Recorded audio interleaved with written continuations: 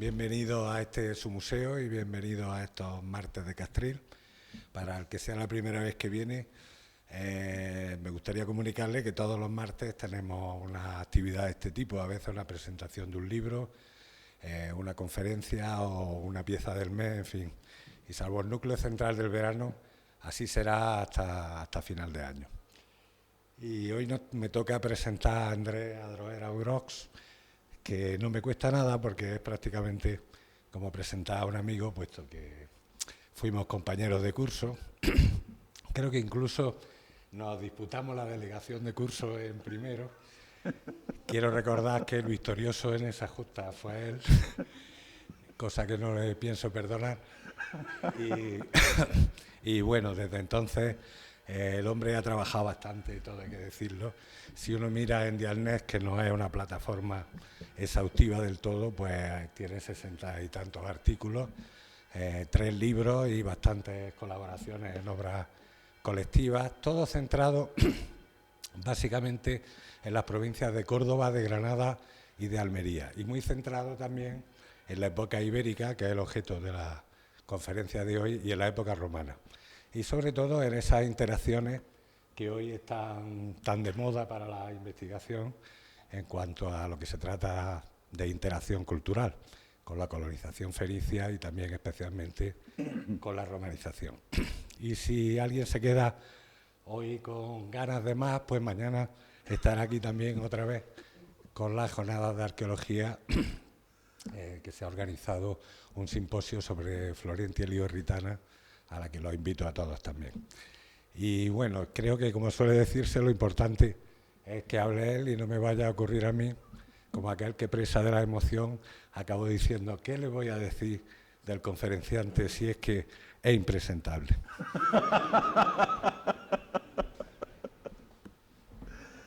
Bueno, muchas gracias, Manolo. Es verdad que competimos por aquella delegación de primero, pero ya ha pasado un poco de tiempo. Bueno, veo un porcentaje importante de caras amigas. Bueno, todos sois caras amigas, aunque no os conozca demasiado, pero bueno. A ver, yo había diseñado un tipo de charla destinado a gente que, bueno, en principio no tiene por qué ser mucho del mundo ibérico, ¿vale? Entonces, habrá temas sobre los cuales vamos a incidir de una forma u otra. Yo quería empezar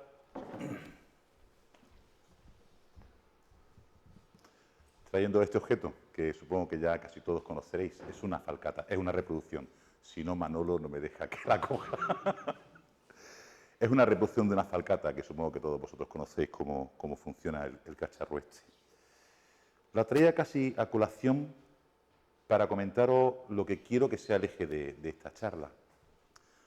No sé si sabéis, bueno, la falcata es una pieza hecha en hierro, íntegramente en hierro, y supongo que habéis leído en alguna ocasión la hipótesis, la propuesta de que cuando los pueblos del mar conquistan casi todas las poblaciones en torno al Mediterráneo oriental, allá por el siglo XIII a.C., lo hacen porque ellos tienen, un metal que no tienen el resto del mundo, que es el hierro, ¿vale? Y entonces se parte de la idea de que los que se defienden tienen espadas de bronce, mientras que los pueblos del mar tienen espadas de hierro. Pues no, no es así. Esa hipótesis no funciona. ¿Y por qué no funciona? Porque no hace demasiado tiempo Fernando Quesada, que supongo que a alguno os sonará el nombre de este señor, que es si queréis saber algo sobre armamento ibérico, es la persona que más sabe de armamento ibérico, se entretuvo en hacer un estudio sobre la dureza de los metales. Y los primeros hierros son más blandos que los últimos bronces. Es decir, que las espadas de bronce que había en la zona siria, en la zona fenicia o en la zona de Egipto eran más duras que los hierros que teóricamente pudieron haber portado las comunidades de los pueblos del mar. Si queréis os la paso, simplemente para que toquéis alguna vez, que aunque sea por encima, que veáis, pesa, es difícil de mandoblar con ella y tal, pero es una pieza que sin duda todos asociamos directamente al mundo ibérico. Bueno, pues la base de mi argumento de hoy va a ser intentar proponeros una reflexión distinta de las comunidades íberas. Lo tradicional es esto. cuando uno ve la cultura íbera representada de alguna manera, te encuentras con un ejército, con soldados, con guerreros, y parece que como si no hubiera una alternativa a este modelo. Y es lo que quiero intentar compartir con vosotros, la reflexión sobre un modelo alternativo de comprensión de lo que significa el mundo íbero. Bueno, me he traído un par de diapositivas que supongo que casi todos vosotros os pueden venir un poco de sobras, pero entendía que a lo mejor para un gran público más de ciudadanía, pues hacía falta. Pues aquí tenéis, por ejemplo, lo que se llama ahora más timeline, una línea del tiempo, simplemente para que tengáis una reflexión sobre los principales eventos que de alguna manera nos afectan al periodo en el cual nos vamos a centrar, que va a ser prácticamente entre el año 800 y el año 1 antes de Cristo, por su modo. Eventos importantes, la fundación de Iliberri, que se determinó hace unos 20 años, hace unos 20 años, en una excavación arqueológica, pudimos llegar a determinar que Iliberri vino a ser fundada, grosso modo, hacia el año 675 a.C. Cuidado, cuando los arqueólogos utilizamos una fecha, no es una fecha histórica, ¿vale? Es una fecha aproximada, ¿de acuerdo? Por tanto, no digáis, no, 670, no sabemos si es el 680, 660, pero nos movemos dentro de ese ámbito. Otros eventos importantes, pues, por ejemplo, la batalla de Dalia, que es un fenómeno que afecta en gran manera a todo lo que es el Mediterráneo occidental. Ya sabéis que es una batalla que enfrenta a los etruscos, a una asociación entre etruscos y cartagineses, frente a los focenses, que acaban de salir de Focea, precisamente huyendo, y que acabarán fundando Marsella, o recién acaban de fundar Marsella, y que se data más o menos hacia el 525, también no es fecha histórica, es fecha arqueológica, hacia el 525 a.C. La siguiente fecha que se me ha ocurrido poner, la fecha aproximada de la Dama de Baza. La Dama de Baza, el enterramiento debió datarse en torno al 375 a.C., más o menos. Y después ya tenéis, pues bueno, una serie de reflexiones que son conocidas, el desembarco de Amílcar en Cádiz, el de Cipión en Ampurias, que dio pie o dio comienzo a la Segunda Guerra Púnica. Finalmente, la entrada del mundo romano, que como veis no hay ninguna fecha específica, porque realmente no podemos hablar de una fecha específica en el cual de repente esta gente se considera romano. Es un proceso, como decía Manolo casi al principio, en la presentación, es un proceso, no es un momento, de repente no es que lleguen los romanos y ala, aquí se ha acabado todo. De hecho, más bien al contrario. Sí, claro. Más bien al contrario, el proceso que llamamos romanización es un proceso que dura prácticamente 300 años. E incluso en ese sentido habría mucho que discutir, pero hoy intentaré no meterme demasiado en este tema. Este es un mapa, también es un poquito antiguo, pero no he conseguido desarrollarlo del todo todavía. Es un mapa con los yacimientos arqueológicos ibéricos que conocemos de la provincia de Granada hace aproximadamente unos 15 años. Eran en torno a 130 yacimientos. Hoy hemos duplicado ese número. Son cerca de 300 yacimientos arqueológicos de distinta índole, de distinta naturaleza, mejor o peor conservado. Hay un poco de todo, ¿vale? Pero para que os hagáis una idea, obviamente, las zonas de concentración, no os dejéis guiar por ese mapa. La zona de concentración no es donde hubo más yacimientos ibéricos, sino donde más se ha investigado los yacimientos ibéricos, donde más se ha prospectado, donde más se han localizado. Por tanto, no es un mapa que... No quisiera que vierais el mapa como un reparto real de lo que pasó o de lo que pasaba hace 2500 años, sino de lo que hoy, como investigadores, conocemos sobre aquella realidad. Pero esa realidad física había cambiado bastante. Ha cambiado bastante estos últimos 2500 años. Aquí tenéis una diapositiva con la línea de costa actual en negro y la línea de costa, presunta línea de costa del año 500 a.C. aproximadamente, en una trama azul. Este es el caso de Almuñécar. Veis la gran ensenada que produce en el río Seco, prácticamente todo el río Seco, todo lo que está actualmente plantado de productos tropicales, era de la zona de agua, con lo cual, evidentemente, la idea de puerto es una idea de puerto muy distinta a la que podemos tener actualmente en Almuñécar. Con esa ensenada, efectivamente, Almuñécar se convierte en un puerto de alta protección. Almuñécar es curioso, si os dais cuenta, de hecho nos pasa cuando bajamos a Almuñécar, bajar a Almuñécar es un poco problemático, no es una línea recta. Por tanto, Almuñécar no la fundan los fenicios con el objetivo de comunicar con el interior, de comunicarse con la Vega de Granada, sino están pensando en una vía marítima. O sea, esto es un eje de la autovía que están montando los fenicios desde el siglo IX a.C. por todo el corredor del mar de Alborán y la zona de Cádiz. Y Almuñécar es un punto que lo que hace es conectar este-oeste, o proyectar este-oeste, proyectar este-oeste esa conexión. No debemos nunca pensar a Almuñécar como una conexión entre el interior. Un poco distinto podría ser el caso de Salobreña, que creo que se nota, ¿no? ¿Se ve bien la diapositiva? Sí. Veis como, por ejemplo, el peñón de Salobreña actualmente es casi una península, pues hace 2500 años era claramente una isla. Es el primer lugar donde se asentaron los fenicios y posteriormente, cuando los fenicios ya estaban asentados, pasaron a lo que es el Cerro del Castillo. Es una fuerte tradición, el mundo fenicio lo hace siempre así. Primero se asenta en una isla muy próxima a la costa y posteriormente, cuando la relación con los indígenas se ha estabilizado, entonces pasan a fundar una verdadera ciudad ya en el interior. En este caso sí es verdad que Salobreña juega un papel un poco distinto, porque sí a Salobreña sí llegamos en línea directa. Y de hecho las prospecciones que últimamente se han realizado en torno a los trabajos de la presa de Rules han permitido ver una serie de asentamientos que parece que van a comunicar a Salobreña con la Vega de Granada. Con lo cual esa vía posiblemente debió existir. No por ¿os acordáis de la antigua carretera que había para bajar a Almuñécar? Por la garganta, ¿cómo se llama aquella garganta? Que está casi al llegar a los llanos perdón, estaba hablando de Salobreña. Antes de llegar a los llanos de Salobreña, aquella garganta que la antigua carretera nacional no era el paso natural. El paso natural es la Gorgoracha. Lo que somos un poco más mayores si nos acordamos de la antigua carretera que bajaba a la costa, que dirimía, igual que la actualmente autovía, hacia Motril o hacia Salobreña. Otra cosa importante es que, y eso lamentablemente y muy tristemente hay que asumirlo, es el problema de la crisis climática, pues los cambios climáticos se han producido obviamente a lo largo de toda la historia. Quizás no tan exagerados como el que estamos teniendo, ni tan evolucionados ni tan marcados, pero sí los hay. Y aquí podéis ver, por ejemplo, en torno al año 500 a.C., cómo hay un periodo de frío muy particular. Cuando hace más frío hay menos agua en la naturaleza. Si hay menos agua en la naturaleza, llueve menos.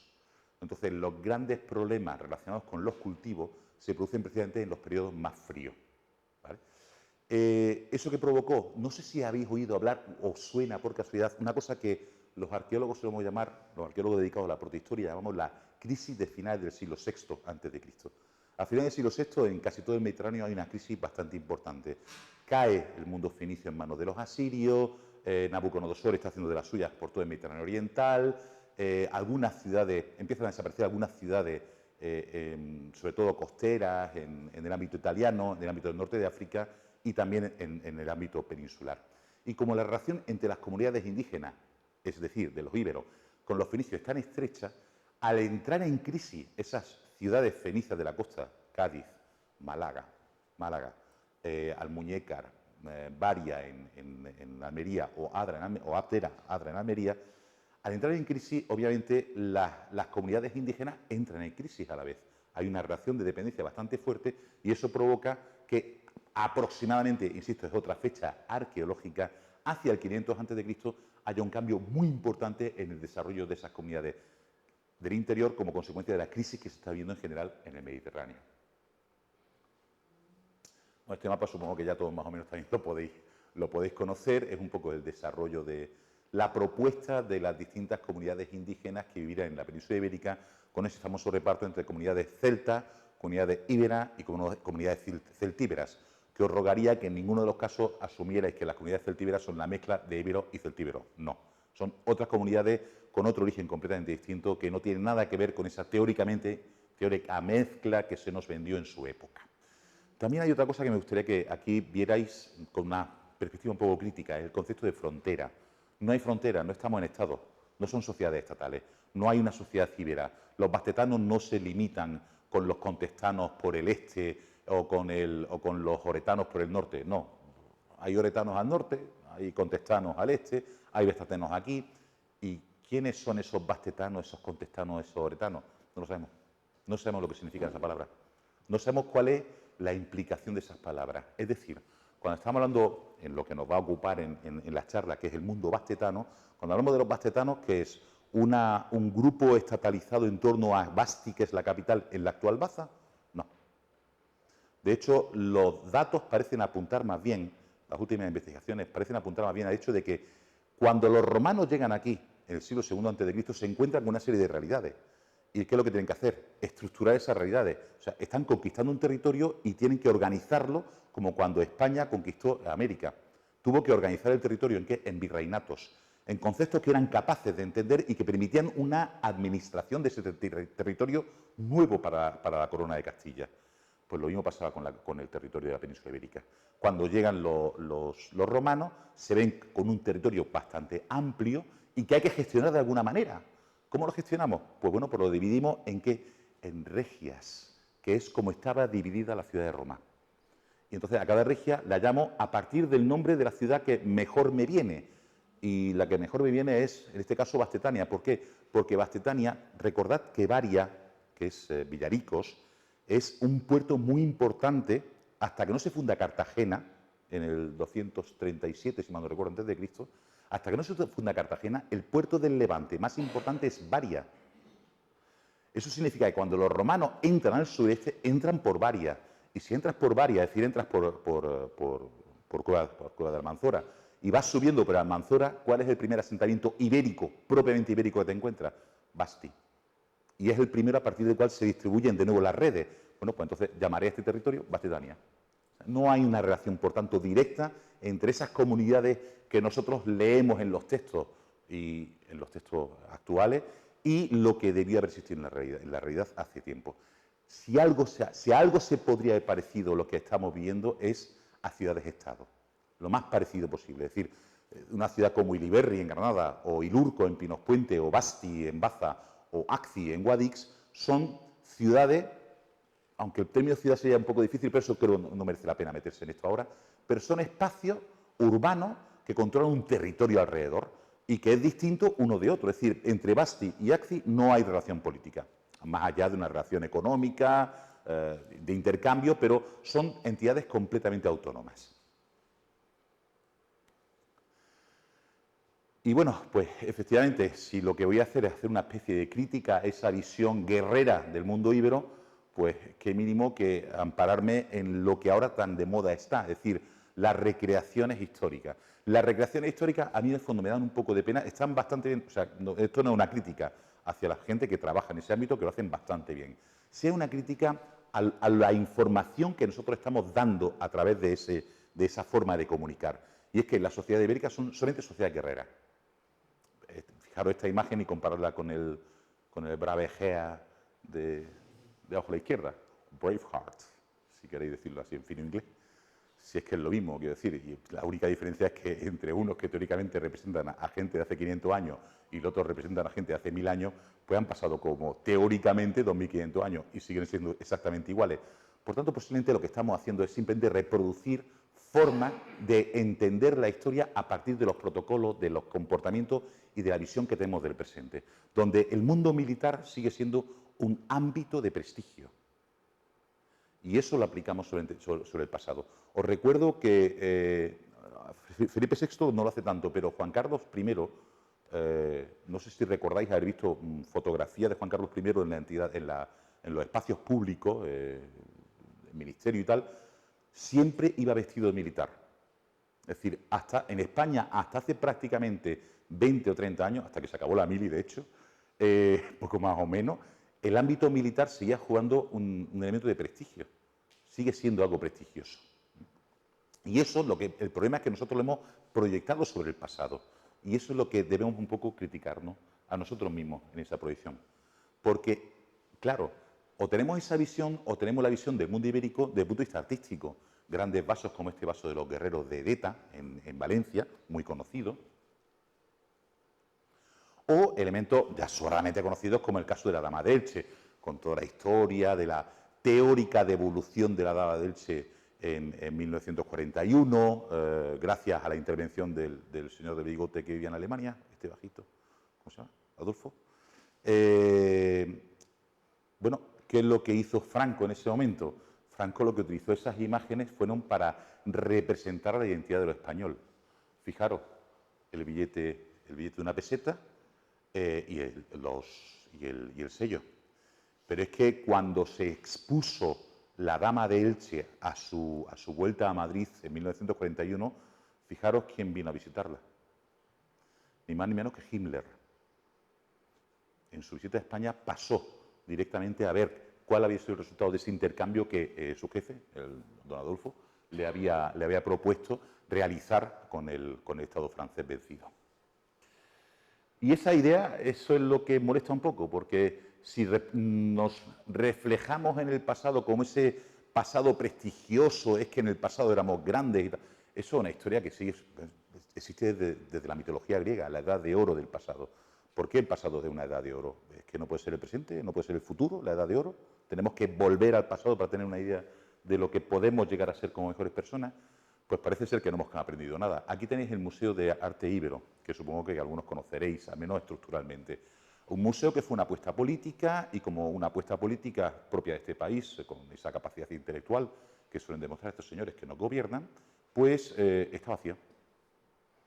O sea, hay una inversión extraordinaria por un tema de prestigio, porque es Jaén, tierra íbera, y eso hay que apoyarlo. Y sin embargo, no tiene contenido. No hay un contenido real detrás de todo eso. Pero bueno, no hace falta que nos vayamos tan lejos y veamos un poco el cinismo del comportamiento que tenemos con nuestro propio patrimonio. Esta es la tumba de la dama de Baza, o sea, Baza que se le ha abierto la boca diciendo que la dama tiene que volver. Muy bien, esta era el aspecto que tenía la tumba de la dama de Baza hace 15 años. Solo hace 15 años. Hemos tardado cerca de 40 años en darnos cuenta que el patrimonio hay que cuidarlo.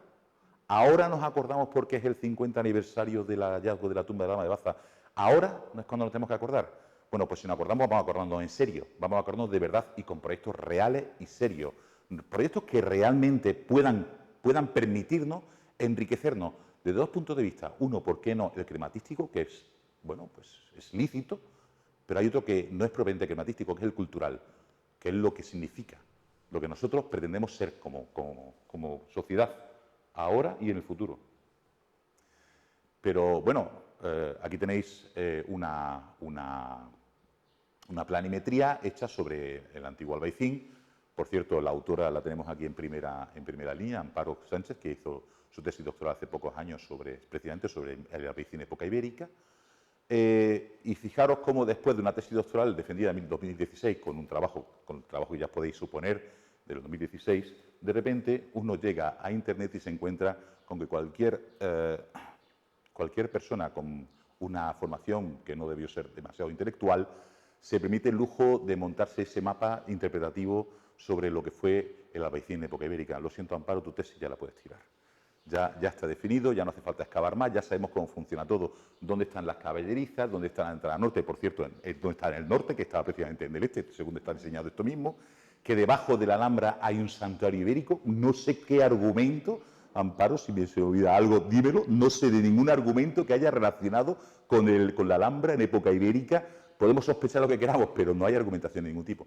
Y encima, para ilustrar esto, elige ni más ni menos que a una persona que más que un ibero parece un druida celta, ¿no?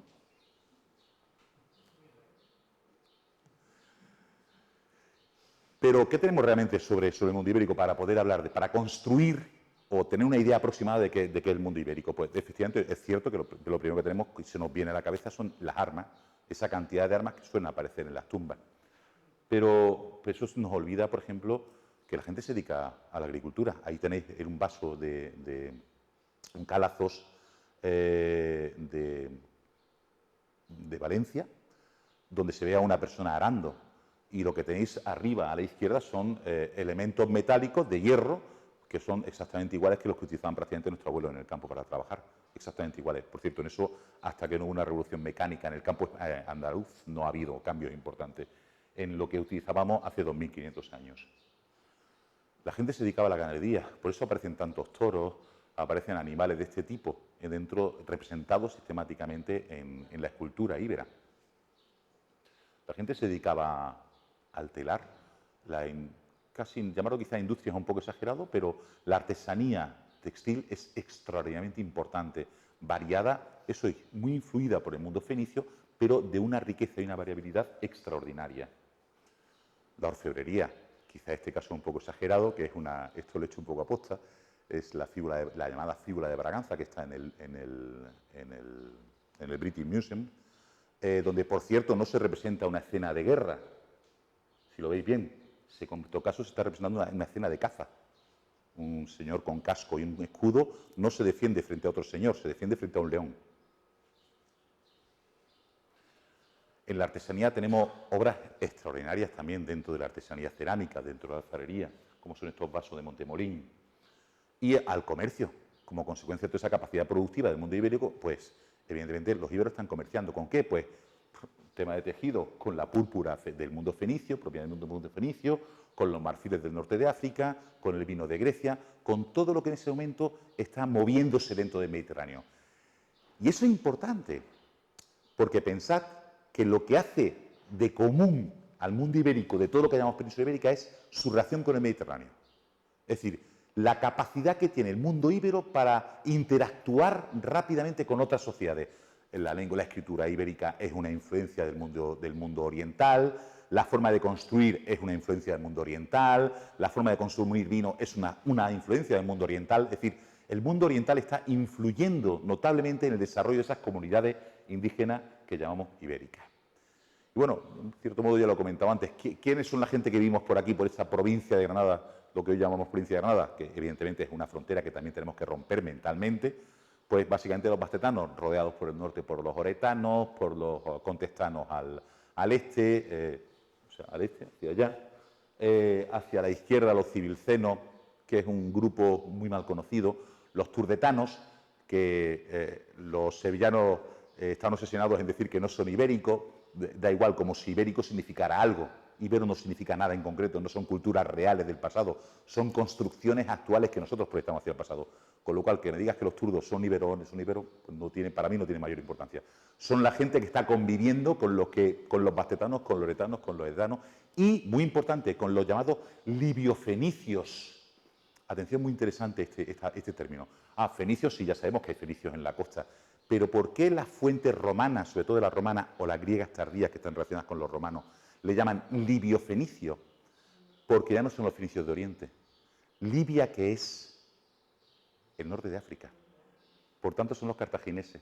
Son descendientes de los cartagineses que han llegado en el siglo III, posiblemente también en el siglo IV, que han llegado a la península ibérica y que de alguna forma han interactuado con los que eran fenicios, que ya esos fenicios llevaban 500 años aquí y esos son ya indígenas de aquí, hablando fenicio. Y por eso las fuentes escritas le llaman libiofenicios. Vamos a dar un pequeño paseo por la provincia para ver los principales yacimientos y en la línea que quiero compartir con vosotros, pues ir incidiendo sobre un tema a otro. Nombrar todos los yacimientos es una locura, aparte que me parece que no es ni siquiera lógico, porque si no estaríamos aquí todo el rato mencionando uno detrás de otro. Prácticamente os diría que casi todos los términos municipales de la provincia tienen algún yacimiento ibérico, salvo una zona que al parecer debió estar completamente vacía, que es la Alpujarra.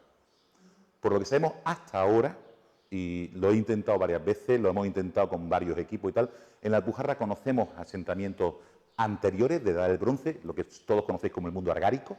Hay yacimientos argáricos, hay yacimientos romanos, pero en medio no sabemos por qué. Parece ser que en principio no hay nadie. Habrá que ver un poco con el futuro qué es lo que nos dicen las investigaciones. Bueno, otro tema interesante es de dónde viene esa gente que nosotros llamamos íbero.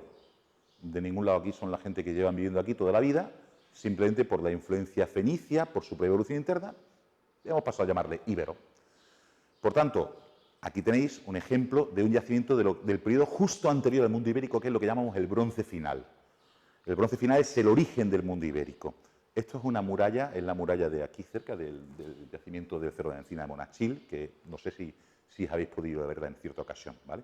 En todo caso, esto, igual que lo que sucede en la ciudad de Granada, nos está hablando de que las comunidades ibéricas no son otras cosas que las comunidades del bronce final que están evolucionando, que se agrupan creando sociedades más complejas y más completas, por así decirlo, como veremos ahora, y entonces surge eso que nosotros llamamos cultura íbera.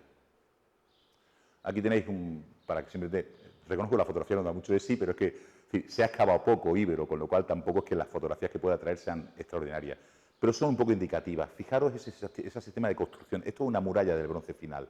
Fijaros cómo lo hacen, con bolones normalmente de canto de río, es decir, no utilizan cantería en sentido estricto, y además la separación entre las piedras es muy grande, con lo cual son fortificaciones que no sirven para defenderse. Eso le pegas 4 empujones y se te va. Con lo cual, esto nos da que pensar. ¿Y estas fortificaciones para qué sirven si no sirven para defenderse? La función de una muralla no siempre o no solo es defenderse, también es identificar el sitio de donde tú vienes. ¿Os acordáis? Yo no sé si habéis tenido que trabajar alguna vez en el campo, en zonas más o menos lejanas de alguna población, y estás liado con las patatas y tal, y de repente miras hacia un lado y ves el campanario de la iglesia. Ya sabes dónde está, ya sabes dónde tienes que dirigirte cuando pasa cualquier cosa, ¿no? Pues las murallas juegan el mismo papel en esta época. Las murallas son también no solamente elementos defensivos, sino y sobre todo son elementos de puntos de reflexión en el paisaje para saber dónde tienes que ir, dónde te vas a proteger si en un momento determinado sucede cualquier tipo de cosa. Eso hace que, al menos en este periodo, estamos hablando del siglo X, IX a.C. aproximadamente, que en este periodo no merezca la pena gastar una gran energía en este caso. Aquí hay un yacimiento que, por cierto, con Juan Antonio podremos trabajar, espero yo, próximamente, que es la Mesa de Fornes, un precioso yacimiento arqueológico que juega también ese papel de ser una articulación entre el bronce final y el desarrollo del mundo ibérico. Y no sé si podéis ver bien, voy a intentar acercarme. ¿Veis? Ah, mira qué bien. ¿Veis este punto de aquí? Esto es un vértice geodésico. Lo que veis aquí es una inmensa llanura separada de la continuación de la llanura por este amontonamiento de piedras. Ese amontonamiento de piedras esperamos poder excavarlo este año porque se trata de una muralla de 5 metros de alto y 5 metros de ancho con al menos 4 baluartes defensivos. Ya sí estamos hablando de algo de mayor entidad. Ya hemos abandonado ese siglo XIX y nos estamos metiendo en el siglo VIII-VII, donde los fenicios están influyendo ya sobre estas poblaciones. ¿Sabéis dónde está Fornes? ¿Os suena? En la zona de Alhama. Es un poco la cabecera del río Cacín. Con lo cual, si vosotros cogéis el río Cacín y pasáis al otro lado de la Mijara, pasáis por un sitio que es el paso de Frigiliana. Y en Frigiliana, que es la provincia de Málaga, hay una conocidísima necrópolis o cementerio fenicio relacionado con esto. Quiere decir que los fenicios están atentos a lo que está pasando aquí, están en contacto con estas poblaciones. Y lo que está llegando a la Vega de Granada llega a través de estos asentamientos que vemos, en este caso, desarrollados en el río Cacín. Cuidado, no vienen de Málaga, no vienen de Almuñécar, como decía antes. Almuñécar no sirve de conexión realmente, lo que sirve de conexión son otros espacios, en este caso Málaga, donde hay, por cierto, una cantidad de yacimientos fenicios extraordinarios. Y Iliberri. En Iliberri tenemos al menos una historia muy bonita que contar porque en Iliberri hay varios poblados del bronce final. Hay uno en la zona de la calle Gran Vía, en Santa Paula, podéis colocaros en Santa Paula, pues si os podéis en Santa Paula y miráis a derecha y a izquierda, es decir, hacia el río Darro y hacia la izquierda y hacia la derecha, mirando hacia abajo, ¿vale? Y hacia la derecha, hacia San Juan de Dios, os dais cuenta que estáis en el punto más alto de la Gran Vía. Hoy se nota muy poco, pero eso es una pequeña loma que va bajando hacia el río, como estáis vosotros, hacia el río Darro, por un lado, y hacia la Rambla de San Juan de Dios, que es una rambla, que fue un río durante un tiempo, que obviamente hoy en día ya está desaparecido como tal. En ese punto intermedio hay un poblado del bronce final. Hay otro poblado en el bronce final, en la parte, digamos, en el Callejón de las Tomasas, en el Albaicín, en el medio alto Albaicín, cerca de San Salvador, y un tercero, al menos un tercero, por la iglesia de San Ildefonso, ¿vale? Detrás del Hospital Real. Esos 3 poblados del bronce final se abandonan, ¿para qué? Para formar una ciudad en el centro del Albaicín, en el eje entre San Miguel Bajo y San Nicolás. Y lo primero que construyen es la muralla que veis a la izquierda, una pequeña muralla de apenas 1 metro de ancho con muy poca solidez. Esa es la primera muralla que se crea en el Albaicín en el año, insisto, datación arqueológica, en el año 675 a.C. 150 años más tarde, el éxito de la ciudad de Granada es tal que necesita ampliarse y entonces construyen ese pedazo de muralla que estáis viendo ahí. La fotografía con la persona que está trabajando os viene a colación para que os hagáis una idea del tamaño de esa muralla, que lamentablemente no es visible, pero que se conserva perfectamente detrás de la mezquita de la Paicín. Es una pena porque es un patrimonio precioso, monumental, es una muralla realmente monumental. Creo que se conservan 17 o 20 metros de longitud, si mal no recuerdo, o algo más, y con una altura de 5 metros, algo realmente impresionante. Sería para que estuviera un poco visible, ¿no? Para que lo pudiéramos disfrutar. Hay otros yacimientos que parece que no proporcionan mucha información, pero son muy interesantes. El caso de Canto Tortoso, en Gorafe, en un sitio endiabladamente difícil de llegar, pero que presenta una peculiaridad muy interesante que no se percibe en la foto, porque claro, el yacimiento está muy arrasado, pero es que tiene lo que se llama una puerta en embudo. Las puertas normalmente de las murallas, lo que suelen ser simplemente vanos, agujeros en una muralla, que están flanqueados por dos torres. Claro, como es un vano, tienes un problema porque es un espacio difícil de defender. Le colocas dos torres y ya lo defiendes un poco mejor. Pero esto es un poquito más complicado. Esto lo que hace es que una parte del vano va bajando, la otra va subiendo, de modo que cuando tú entras por ahí, el escudo lo llevas en la izquierda y la espada la suele llevar en la derecha, normalmente. Entonces, de modo que cuando tú estás entrando, la parte de la derecha, el muro que se proyecta desde la muralla perimetral del poblado, está flanqueándote el lado derecho y el lado izquierdo, con lo cual te pueden atacar por uno y por otro lado los defensores de la ciudad. Y eso es una técnica absolutamente nueva y aparece en este yacimiento. Este yacimiento es un poco raro porque no sabemos si es ibérico o puede ser demasiado fenicio, en fin. Como nos movemos siempre en ese mundo de la incomprensión y de la poca capacidad que tenemos para excavar, es que excavar es caro y no es fácil. Aquí tenéis una fotografía del presidente de uno de los yacimientos más grandes ibéricos de toda la provincia de Granada, que es Molata de Casavieja, en Puebla de Don Fadrique. Son 17 hectáreas, prácticamente lo mismo que en la ciudad de Granada, que son los dos yacimientos más grandes que conocemos en toda la provincia, solo que este tiene la ventaja de que sobre él nunca hubo nada más. Se abandonó a finales del siglo III a.C. y nunca ha habido más ocupación, con lo cual es muy interesante. Si alguna vez se excava allí, tendremos resultados extraordinarios. Ahora, la subida, ya podéis imaginaros, ¿no? Este es un yacimiento también muy conocido, el lugar de Basti, de Cerro Cepero, al lado de Baza, muy cerca de Baza, donde iniciamos excavaciones hace ya 20 años. Caramba, hace 20 años y no hemos llegado a los niveles ibéricos porque, claro, el problema de la arqueología de las ciudades, de lo que se llama ciudades superpuestas, que no es real, las ciudades no se superponen una a la otra, una ciudad va evolucionando. En Granada hay una ciudad ibérica, luego una ciudad romana, luego una medieval, luego una moderna y una contemporánea, no. Va evolucionando la ciudad y algunas cosas subsisten, otras se fosilizan, otras cambian, en fin, hay un poco una variedad extraordinaria. Por este caso, claro, lo que sí que es verdad es que esto es como una especie de pastel. ¿Qué es lo que pasa aquí? Que aquí tenemos bronce final, ibérico, romano y medieval. Bueno, visigodo y medieval, con lo cual cuando hemos empezado a excavar nos hemos encontrado con lo medieval, luego con los visigodos, que era muy importante, y al final con los romanos. Y ya cuando se acabó el proyecto no habíamos todavía llegado a los niveles ibéricos. Pero bueno, Basti tiene algunas cosas muy interesantes. Esto fue una pequeña intervención que hicimos en la muralla que nos permitió saber cómo se construyen las murallas ibéricas.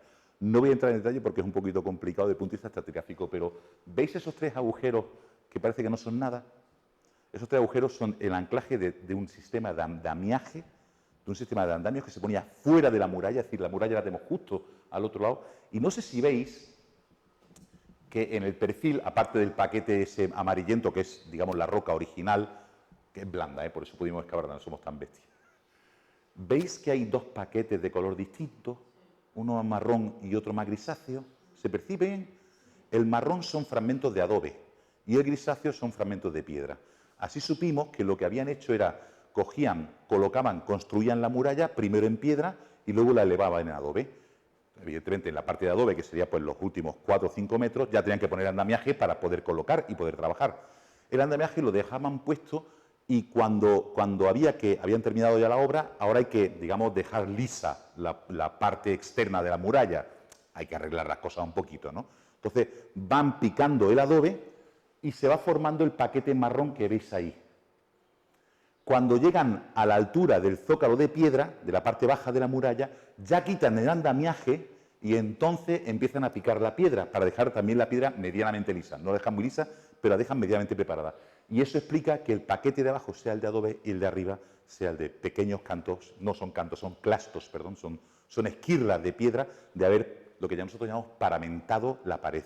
Es decir, haber cogido las piedras que forman la pared y las he dejado medianamente lisas. Lo que somos capaces de inventar los arqueólogos con 4 tonterías, ¿eh? Aquí tenéis uno de los elementos arquitectónicos más completos o más impresionantes que conocemos en la provincia de Granada, que es el Cerro del Castillo en Montejícar, un sistema defensivo que a su vez debió ser posiblemente una terraza. Hubo unas intervenciones hace poco y parecía que se trataba de una terraza, aunque claro, como siempre las excavaciones se quedaron a medias y no hemos llegado a saber exactamente muy bien cómo funcionaba. Esto es la restitución de un poblado que hay en la zona de Huéscar, que es interesante porque, aunque no se ha excavado, a veces tenemos la suerte de que sin excavar en superficie, por una serie de elementos, que si queréis hablamos de ello luego de cervezas, porque ya hace demasiado calor aquí dentro, te permite saber dónde iban los muros antiguos. Y esto nos ha permitido saber exactamente cómo era este poblado. Es un poblado del siglo III a.C. y es muy curioso porque, si os dais cuenta, es un poblado de calle central. Hay una calle central y a derecha e izquierda de la calle central existen las estancias, las habitaciones, digamos, las casas donde vivía la gente. Casas, por cierto, divididas a veces en dos estancias nada más.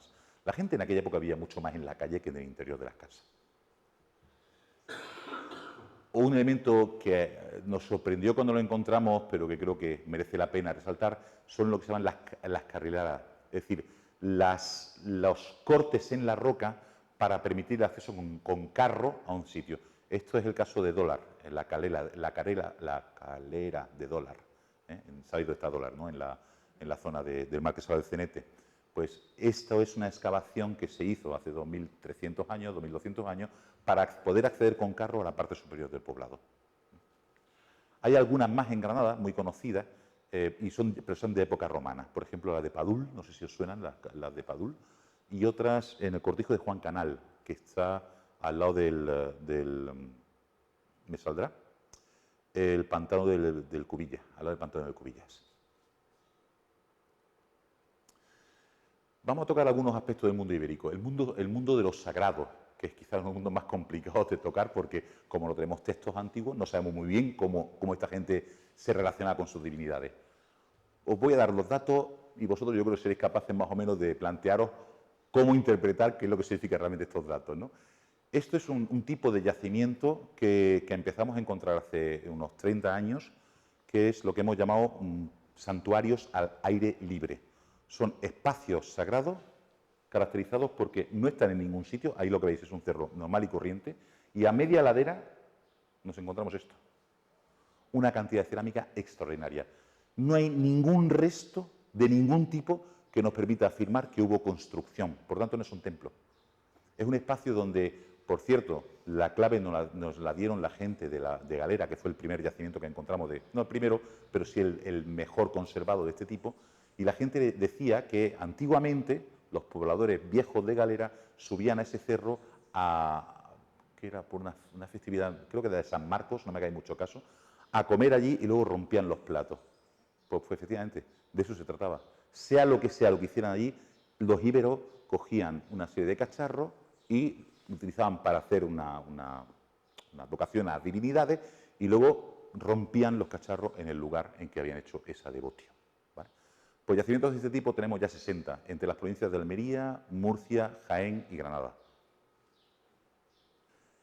En estos espacios sagrados hay muchos tipos de santuarios. Ese es quizás el más conocido porque es el donde más se ha investigado, pero hay otros que no sabemos muy bien cómo se articulan tampoco, donde aparecen elementos votivos más allá de los simples cacharritos de cerámica.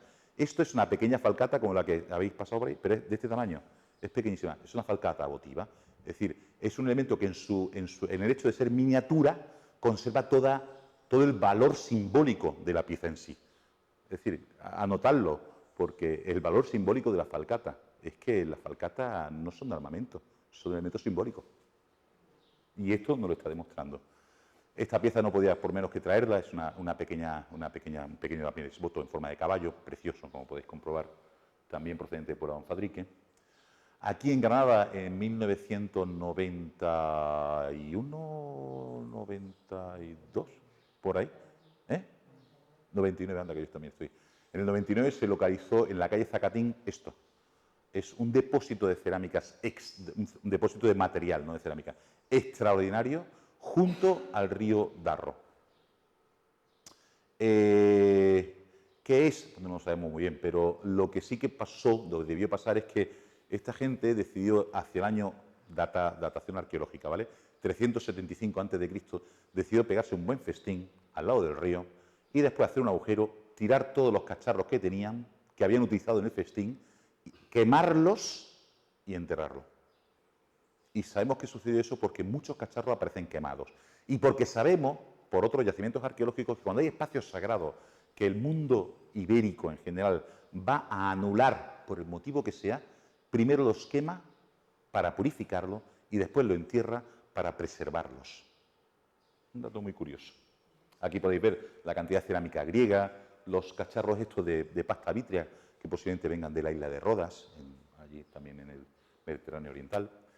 El caso que ese elemento votivo del siglo IV a.C., yo digo 375 a.C., resulta que en la prensa en 1970 y algo, 74, 75, vuelve a aparecer, registrado en la prensa, aparece algo muy parecido con este tipo de material, que como veis es completamente distinto, no importa, porque es que han cambiado las modas.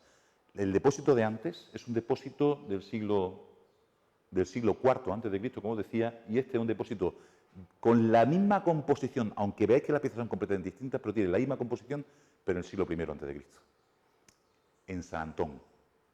¿Qué hay al lado de San Antón? El río Darro.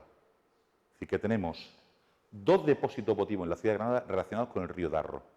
Nuestro río histórico no es el Genil, nuestro río histórico es el Darro. Lo que identifica a las poblaciones es el Darro. Y esto además nos está hablando de otra cosa muy interesante, y es que el concepto de divinidad que tiene la cultura ibérica no es esa divinidad en forma humana. La divinidad para el mundo ibérico es el agua, posiblemente el sol, el aire, otras cosas no las sabemos. Pero sí sabemos que el agua, que el río Darro, representaba una divinidad para ellos. Y por eso hacían esa serie de festines, de los cuales solamente se han localizado dos, que también nos podríamos plantear, ¿es porque es una costumbre que se hace cada año o es porque solamente se hace cuando pasa algo muy gordo?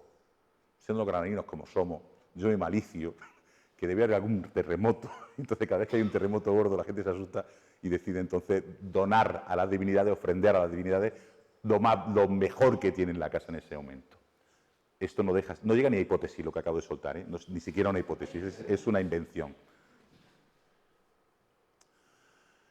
Siguiendo el ámbito sagrado, sí sabemos de la existencia de algunos tipos de templos, aunque no conocemos su estructura, y prueba de ello son estos de este conjunto, bueno, aquí tenéis un solo elemento que es los bajorrelieves de caballos, que aparecieron en grandes cantidades, me parece que son unos 30 ejemplares, en el entorno de Cerro de los Infantes de Pinos Puente, ¿vale? En una serie de circunstancias que no se conocen muy bien, por tanto no se sabe exactamente de dónde vienen. Pero esa concentración tan exagerada, que es la concentración más alta que existe en toda la península ibérica sobre este tipo de relieves de caballo, nos hace pensar en la posibilidad de que de alguna forma hay algún templo o algún lugar donde se está deificando a los caballos.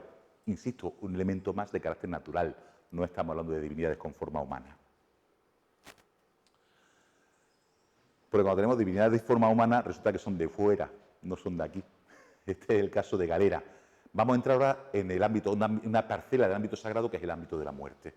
Esto es un enterramiento, una típica, bueno, quizás la mayor, ¿no? La mayor cámara funeraria que hay en Galera, que es el túmulo 20. Y en este túmulo apareció lo que Manuel ha tenido el detalle de dejar como elemento representativo de la charla de hoy. Esta pieza que seguro que todos vosotros conocéis, conocida con el nombre de Dama de Tutují o Dama de Galera, que como bien sabéis no es ibérica, es una dama de alabastro procedente de la zona norte de Siria, datada en el siglo VI a.C., pero que se encontró en una tumba del siglo IV a.C. Es decir, han pasado 200 años entre la fabricación del objeto y el que ese objeto pasara a formar parte de un ajuar funerario, ¿vale? Esto, entre otras cosas, se nota porque si la veis alguna vez, está en el Museo Arqueológico Nacional, si la veis alguna vez veréis que está muy desgastada, efectivamente está muy desgastada. Tiene una serie de elementos que no vamos a entrar en ellos porque si no es que me vaya a matar. ¿Vale? Bueno, es que el problema del norte de Siria, sí, fenicia. El problema es nombrar a veces a las cosas, porque, claro, lleva razón. Todo lo que venga aquí de sirio en aquella época es de origen fenicio, porque son los tirios quienes lo traen. Pero el problema es definir exactamente si lo que hay viviendo en el norte de Siria en ese momento son fenicios en sentido estricto, están parcialmente semitizados o qué, porque también las excavaciones arqueológicas, sobre todo ahora allí, son un poquito complicadas. Pero es verdad, o sea, si dices que es fenicio, sería perfectamente lícito decirlo, no es incorrecto, ¿vale? La famosa tumba de la dama de Baza. De esto os voy a resaltar una sola cosa, el hecho de que aparezcan armas al pie. Esto es una representación, es una reproducción, no es el original. Al pie de la dama de Baza, no sé si sabéis, que aparecen 4 panoplias, es decir, 4 conjuntos de armas completos de 4 guerreros. Claro, ahora viene el problema. Sabemos que dentro de la urna en este caso es la propia escultura de la dama de Baza, hay una mujer enterrada de unos 25 años de edad aproximadamente. Y ahora la pregunta es, ¿por qué hay armas en la tumba de una mujer? Aquí tenemos la respuesta. Esto es un vaso que apareció en Libisosa, en Albacete, en un yacimiento. ¿Veis la escena? ¿Se ve bien la escena? Son 2 guerreros luchando entre sí y a la espalda del de vuestra izquierda un flautista con el aulós, la flauta de doble salida. Abajo, por si no lo veis demasiado bien, he reproducido otra escena muy similar, procedente en este caso de San Miguel de Liria, de Edeta, en Valencia. Y tenéis lo mismo. Una escena de 2 personas, solo dos guerreros luchando entre sí, rodeados, en este caso, claramente de 2 músicos, uno con una tuba y otro con la flauta. Esto no es una escena de batalla, esto es una escena ritual. Y hay un ritual que lo conocemos en tribus actuales, que es el ritual del baile de la guerra, bailar la guerra. Y una variante es realizar una lucha incruenta entre 2 personas. Y eso es posiblemente lo que tengamos en el caso de la dama de Baza. Por eso aparecen 4 espadas, 4 escudos y 4 lanzas. O sea, hay 2 grupos de 2 guerreros que luchan entre sí de forma incruenta, no llega nada a muerte, ¿vale? Pero claro, en el momento en que todas esas herramientas, esas armas, han formado parte del ámbito sagrado, ya no pueden volver a ser utilizados en lo cotidiano. ¿Qué es lo que pasa? Que se pasa a ofrecer a la dama. Fuera quien fuera ese personaje, esas armas tenían que dejarse al pie de la dama como ofrenda a ella. Eso forma parte de un ritual. Y a veces es que cuando nosotros estamos excavando y encontramos cosas dentro de las tumbas, decimos, esto nos está indicando quién es el muerto. No. Esto no son propiedades del muerto.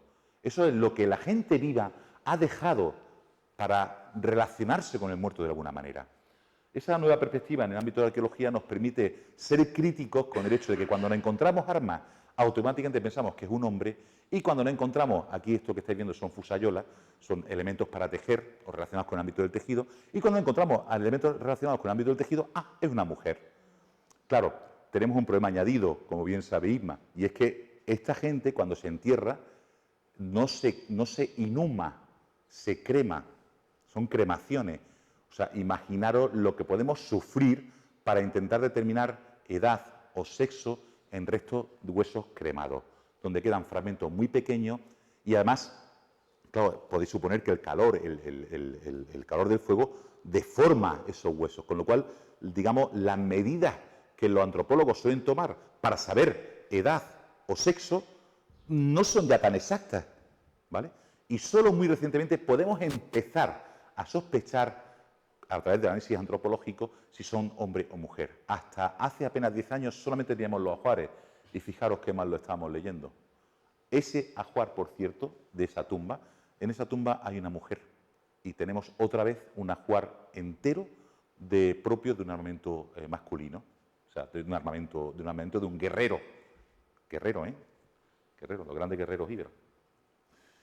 Entre los elementos que se utilizan para enterrarse tenemos estos cacharros que son poco frecuentes, también es cierto, le llamamos técnicamente larnaques, son urnas de piedra, pero lo más frecuente es que sean urnas de cerámica normalmente. Aquí tenéis lo que es una pena que a veces grandes hallazgos que pueden tener cierto valor estético apagan otros hallazgos que tienen un altísimo valor de conocimiento. Este es el caso de la tumba 183 de la necrópolis donde apareció la dama de Baza, donde solo se habla de la tumba de la dama de Baza y sin embargo aquí apareció esta tumba de cámara extremadamente interesante que se reutilizó enterrando niños. Hasta un total de 9 niños hemos podido determinar dentro de esa tumba. Os podéis imaginar, eso no es un enterramiento normal y corriente. Eso es un comportamiento ritual. ¿De qué tipo? No lo sabemos. Es más, los niños no están cremados como sería normal. Están inhumados. Ahí los podéis ver. Es interesante. Pues esto, sin embargo, pues no se pudo excavar por completo por problemas de carácter que no vienen al caso. Una primicia que dentro de poco también la volveréis a escuchar, que es la tumba posiblemente en forma de torre, que debió existir en el yacimiento de los Mondragones, que supongo que ya todo os suena, por ahí por el río Beiro, al lado del Mercadona. En la excavación, hace poco se documentó esta estructura, que es un caso único, es decir, no hay nada más, todo lo que hay en Mondragones es romano, y esto es el único elemento ibérico que hay. Y hasta ahora todo parece apuntar a que se trata de un elemento parecido al que hay a la izquierda de la imagen, que es, pues, no sé si os suena, que es el famoso elemento turriforme de Pozo Moro. Gracias. A veces está uno... Yo también me canso aquí arriba, ¿eh? No solo sudo, sino también se cansa uno aquí arriba. Es el elemento turriforme de Pozo Moro y posiblemente lo que tengamos que ver ahí es algo parecido. Esos elementos turriformes son tumbas que representan hitos en un territorio, en un paisaje. Hitos, sobre todo, en los caminos. Y es que, hablando con Ángel Rodríguez Aguilera, que es el excavador principal de los Mondragones, ellos han determinado que hay una calle principal de los Mondragones, de la antigua villa romana, o lo que sea, porque no queda muy claro que sea una villa en el sentido estricto, que está pasando justo al lado de esto.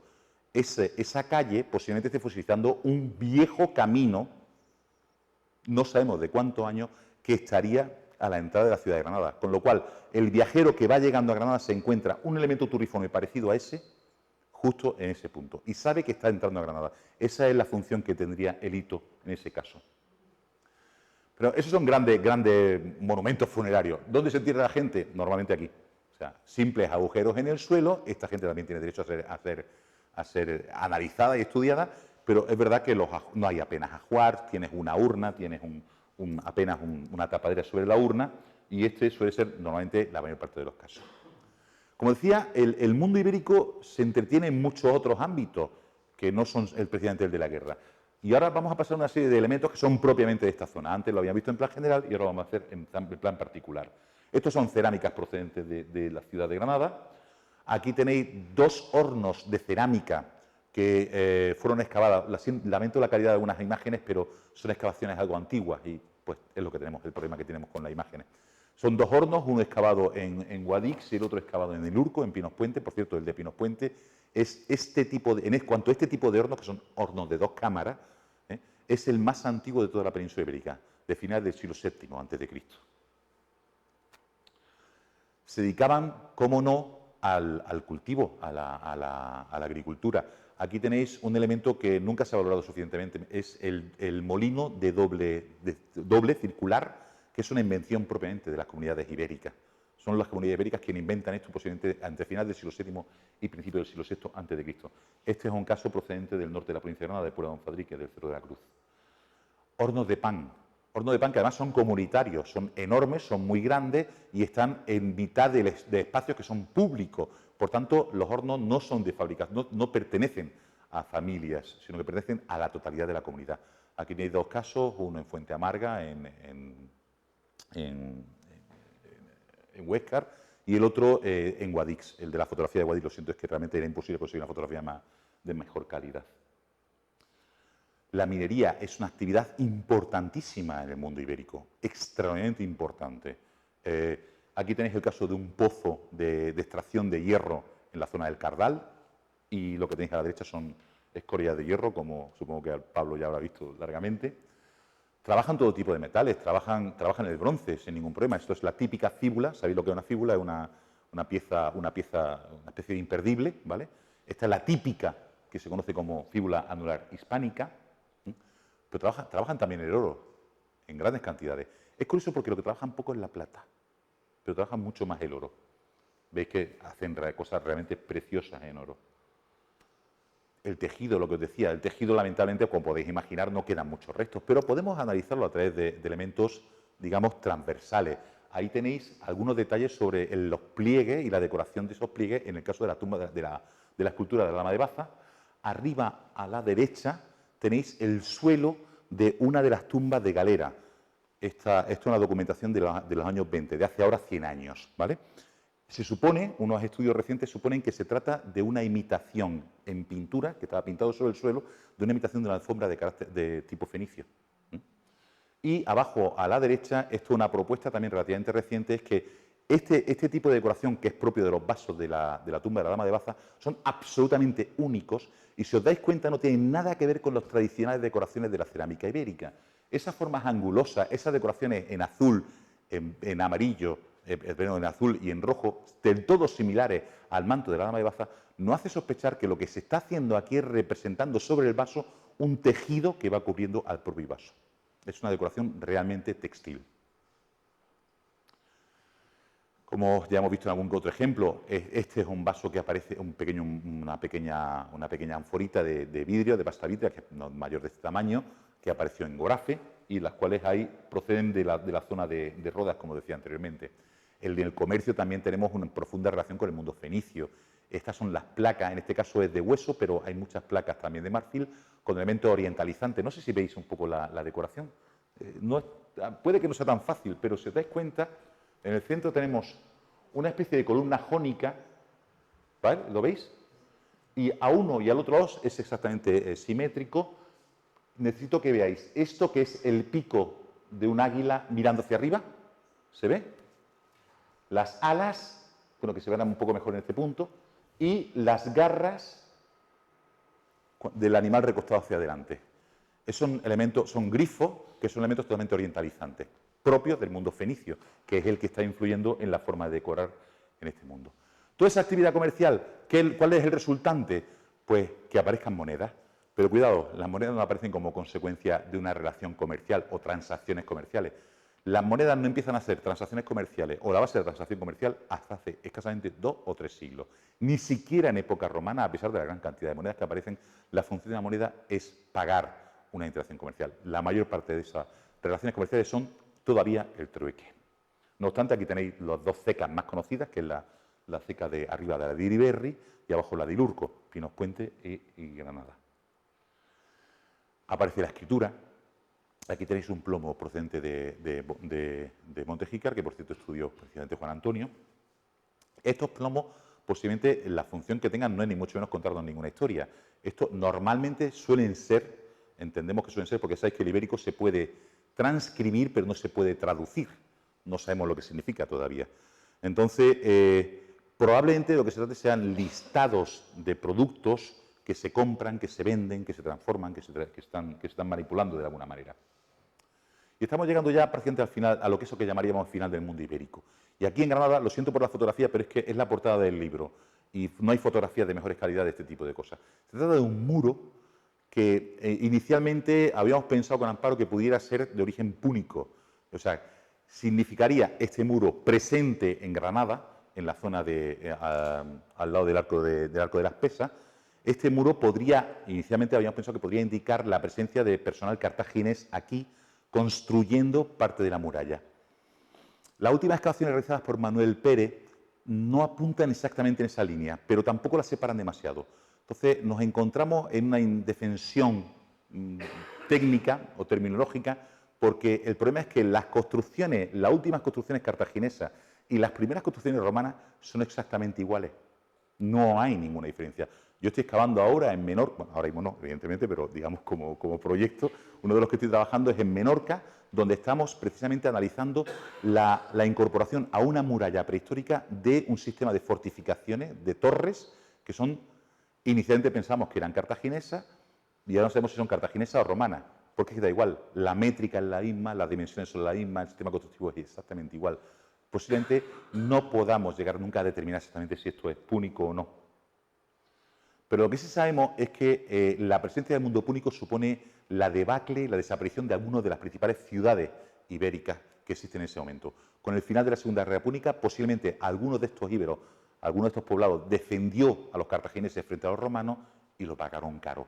Aquí tenéis el caso del Cerro de los Ayozos, en Montejícar, que desapareció posiblemente entre finales del siglo II, final del siglo III, inicio del siglo II, coincidiendo con el final de la Segunda Guerra Púnica. ¿Y en el resto del territorio qué pasa? Pues en el resto del territorio, ese siglo II y siglo I a.C., los romanos se van asentando poco a poco y acaban construyendo edificaciones de estas características. Son un pequeño castillo romano que habría en Puebla de Donfadrique, una obra preciosa que jamás entenderé por qué el ayuntamiento, en vez de apostar por poner en valor este yacimiento arqueológico, está apostando por un yacimiento calcolítico que está en un sitio que no es ni siquiera visitable. Pero bueno, ellos sabrán qué futuro quieren para su propia sociedad. Fijaros cómo está, sin haber sido excavado todavía, fijaros lo bien que se ven los muros en superficie de este asentamiento. Es un asentamiento que se funda en torno al año 100 a.C. Igual que esta torre, esta muralla que defiende un poblado ibérico, está construida para defender un poblado ibérico en la zona de Montefrío. Esto nos está diciendo que los romanos están empezando a tomar posiciones reales. No que están enfrentados a los ibéricos, sino simplemente que las obras principales de construcción las deciden ellos cómo, cuándo, dónde y con qué fenómeno. Y eso va afectando progresivamente a la desaparición de los elementos ibéricos. ¿Conocéis este aljibe? Es el aljibe que hay en la calle Álamo del Marqués, no sé si os puede sonar San José, la iglesia de San José. Sabéis que detrás de San José hay una especie de placetita, que ahora para irse a tomar una cervecita está muy bien. Bueno, pues allí hay un elemento que está preparado para visualizar hacia abajo los restos de este aljibe. Un aljibe extraordinario con unas capacidades tecnológicas preciosas. Bueno, ya sería cuestión, no quiero extenderme más, porque si no, no acabamos. Pero el aljibe se debió construir en torno al siglo IV a.C., consideramos. Lo curioso es que desaparece, o sea, se amortiza, deja de funcionar en el año 100 a.C., justo cuando se está produciendo el proceso de romanización de la ciudad. Es decir, los romanos ya están decidiendo qué nuevo modelo de ciudad vamos a desarrollar. Y se cierra un círculo, se cierra el círculo del río Darro. El río Darro, ¿por qué es importante? No solo porque da agua, sino porque posiblemente lo que justifique que la ciudad de Granada esté donde está sea el oro. Los que somos un poco ya mayores y tenemos que venir aquí en tren, sabemos que llegar a Granada era final de trayecto, pasara lo que pasara. No había comunicación hacia el más allá. Prefiero más allá de Granada. Entonces, ahí terminaba el tren, terminaba el viaje, sí o sí. Por tanto, digamos que la comunicabilidad no es precisamente uno de los elementos más importantes de la ciudad de Granada. Sí lo es el oro. Lo fue el oro posiblemente en época ibérica, como se demuestra en el Cerro del Sol, que fue el oro en época romana, donde se ensayaron los sistemas de, conocéis seguro el nombre de ruina montium, que es el sistema de arruinar o destrozar un monte para canalizar todas esas arenas y poder sacar el oro batiendo el agua. ¿Dónde quería llegar con todo esto? Pues simplemente que las sociedades ibéricas son algo mucho más que simples sociedades guerreras, que me gustaría que fuerais capaces de, la próxima vez que os acercarais a conocer lo que es el mundo ibérico, lo entendierais como una sociedad que vive cotidianamente de sus problemas de gestión de la agricultura, de la gestión de la ganadería, de la gestión de la minería, de sus relaciones sociales, y en el cual el ámbito guerrero queda, desde mi punto de vista, un poco al margen de todo ello. Siento haber pasado 10 minutillos. Espero que lo hayáis medio aguantado, ¿vale? Muchas gracias.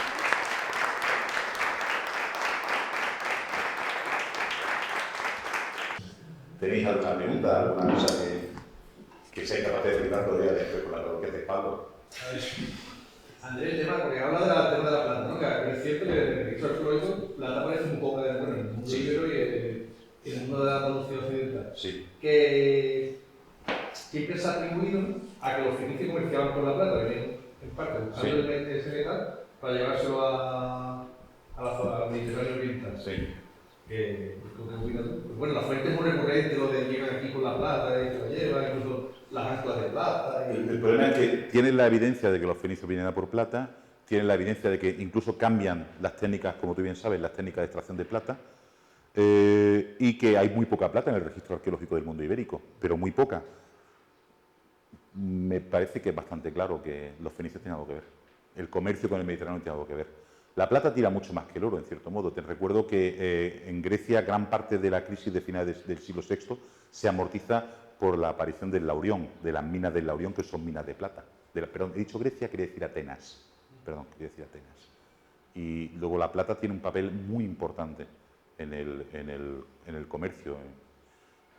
Entonces, quiero decir, también es verdad que no sé, me da la sensación de que la mineralización de la plata es más fácil de gestionar para una tecnología metalúrgica débil que la extracción del oro. O sea, para extraer grandes cantidades de oro hace falta estar en el río Darro mucho tiempo. De hecho, ahora no sé si sabéis que se ha recuperado, ¿no?, la tradición de sacar, bueno, a ver, la tradición, no quiero decir que saquen mucho oro, pero se está volviendo otra vez a intentar sacar oro del Darro. Y eso sí se hacía de forma sistemática hasta el año 56. Tengo una fotografía del año 56 donde se seguía haciendo ese tipo de actividades. Pero yo creo que va un poco en esa línea, en qué capacidad, cuánto oro somos capaces de extraer y cuánta plata somos capaces de extraer con la tecnología que tenemos hace 2.500 años. De la población de Almedinilla, creo que en los Villares, en Jaén también se ha visto un oppidum íbero importante. No sé si en Porcuna creo que también ahora. ¿Qué se sabe de esas excavaciones? ¿Van a continuar? A ver, la de Almedinilla estamos en ello. A ver qué es lo que pasa con las excavaciones de Almedinilla, del Cerro de la Cruz de Almedinilla.